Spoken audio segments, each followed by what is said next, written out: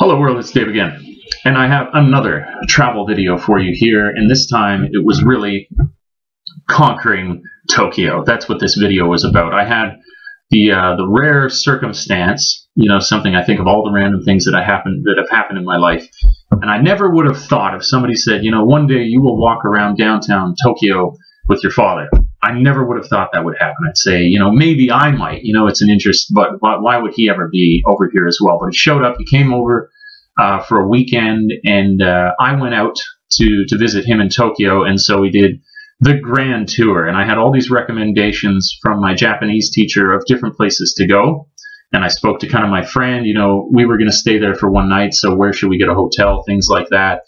And I got to say, like I've already mentioned, we conquered it. Down below will be a Dropbox folder in the description that's going to chronicle all the different places that we went, and I think I got some really good pictures. There was tons of cool stuff. As par usual for these kinds of videos, I won't try and talk for too long. I'll just give you a few kind of the cool experiences that we had while we were there, and the pictures will do the talking for you. So, places that we went. We had been recommended, you got to go to the Imperial Palace.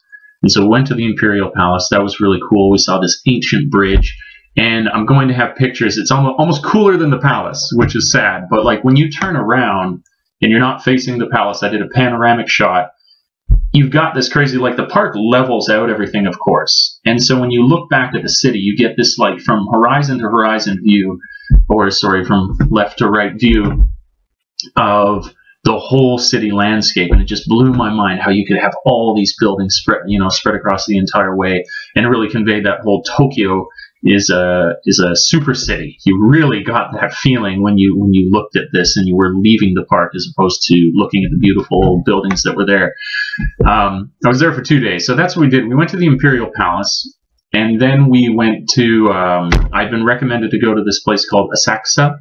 And so we got on kind of this popular line.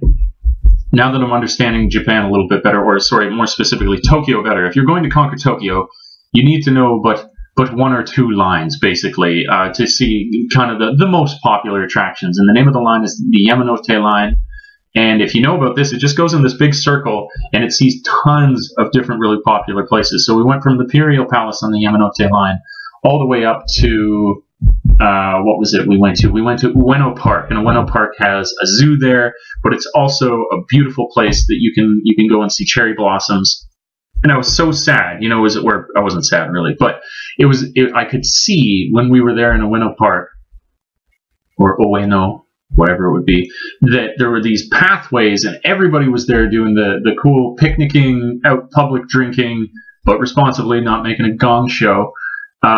Underneath the cherry trees, and with picnic lunches and everything like that. Although all the blossoms had gone off the trees and they're starting to go green now, had I been there earlier, it would have been a sight to behold. The amount of trees that were there, all the people out with their families having fun, it was really, really, really cool. I'm jumping around here. I know I mentioned Asakusa, but that comes next. So we walked through the park. It was great. I tried to get a few more panoramic views and stuff like that. Really cool park. My only regret is that I would love to be there earlier in the spring so I could have seen when this was full bloom and the party was, dialed up to max at that point. So after we went to Ueno Park, we went to, what was I saying? We went to Asakusa. And Asakusa is... I guess people might call it a tourist trap. There's like this one road that people go down, and it's incredibly busy, and I got some cool shots of that road, just how busy it is. And it's got Sensoji Temple there. So this temple is, again, very, very popular. But here's the cool thing. So when we showed up, my dad and I got out of the subway station, got off the Yamanote, or the Ginza line goes out to Asakusa. We got off, and then we got approached by this group of, it was a guy and 3 other girls, and they were all Japanese college students, and they just wanted to practice English with us and give us a tour, as I imagine some part of their curriculum, that you would go out and you would do this to practice your English. And they had fantastic English, really, really amazing. So my dad said, I said, you want to do this? And he said, it's free of charge. He said, well, it's up to you. I said, of course, let's have a bit more of an adventure. This is spontaneity at its best. So we hung out with these students, and they showed us all around the temple, and we got to know them. You know, they traveled a lot, really, really interesting people, and just all the better an experience because we said, sure, let's hang out. And that's really unique. You know, I thought as well, I didn't see tons of students around there. And so when this is a popular spot where you got foreigners coming out left, right, and center. It was actually a big shock for me to be in Tokyo, where I live in the countryside, where there are no foreigners. There's me. And so it was like, wow, this is a different side of Japan, seeing so many foreigners. And yet, this group of Japanese students chose us. I guess we seemed approachable, which was really cool. And so they showed us around. It was wonderful.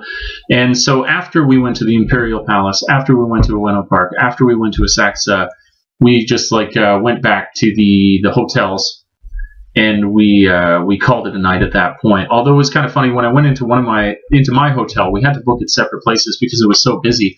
They asked me, you know, they said, "Are you by yourself?" And I said, "I'm by myself." And they just kind of looked at my dad, and then we were going up to the room. And the guy comes up to me and he says, "Iranai, dekinai," which basically means there cannot be, you are not able.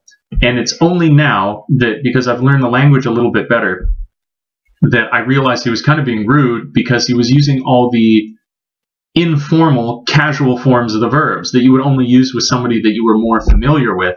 So it's funny. It's one of those perfect examples of ignorance is bliss. Had I not been able to speak the language a little bit, then I probably just would have been like, what's this crazy guy on about, gone up to my room. But instead, I practiced my Japanese. I negotiated, you know, an hour with him to be like, you know, we'll just go up for 1 hour. It's not a big deal. And he finally was like, oh, okay. But when I thought afterwards, I was like, that was pretty offensive that he would use all those casual verb forms with me when he's just met me and I've, paid for a room at this place. On the other side of the coin, I empathize with him because, you know, there's probably tons of foreigners and people just like me who are sneaking somebody into a single room to keep them over for the night. But he didn't have to use the casual forms of the verbs. It should have been masen, mas all over the place. I should have been hearing. But I get it. And it was in terms of somebody being rude. It was a fairly mild form of it. And I did negotiate him into allowing us to hang out. But we decided to leave after that anyways because we're like, oh, we're not welcome here. I'll just sleep here. We'll go watch a movie elsewhere. So that was the first day. The second day, we went to Yoyogi Park. Yoyogi Park has this big, beautiful Meiji Shrine. Meiji Shrine. And it was crazy. When you get into this place, it's at... Where was the station? The station is Harajuku Station. And this place is just known for its crazy youthful fashion, cute fashion, that kind of thing. And this famous road that's incredibly busy all the time. It's like a youthful area shopping district.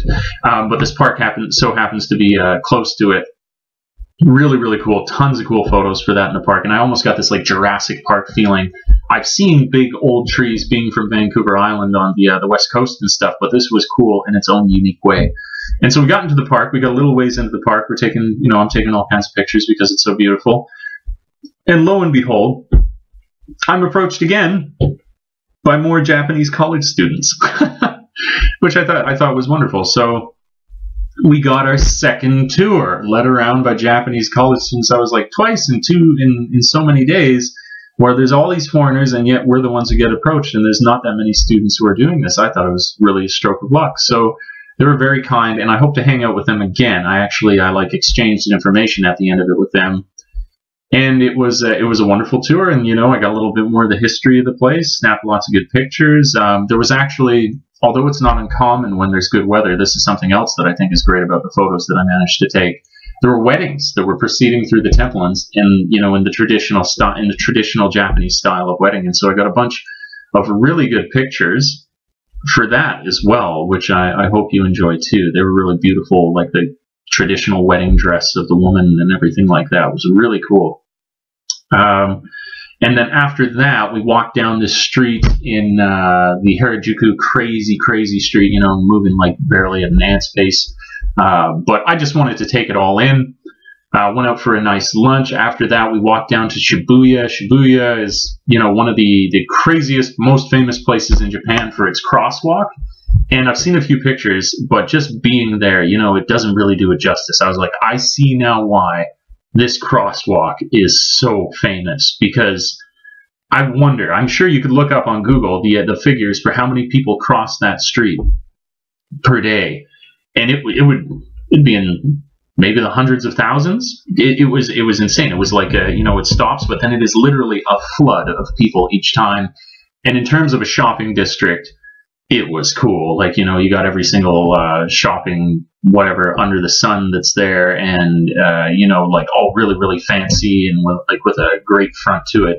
If you're into shopping, it was a really, really cool place, and again, a great spot for people watching. So we did the Harajuku, we did Yoyogi, we did Shibuya. It was really good, and you're going to see all of this down below in the description. That's just like me talking about the experience I had there. That's about it. When I travel some more, I'll be putting up more videos. And if you enjoy this, please do like, subscribe, share. My contact's going to be down below. If you have any questions about teaching in Japan, which is what I do here, don't hesitate to write me, and I'll make a video in response to your questions. Unless it's just like a one-liner or something, then I'll just reply to you directly. Yeah, and that's about it. So thanks for checking out the video, my channel, all that good stuff. And until we meet again next time, world, I'd like to say thanks for tripping with Dave. Ciao for now. Peace.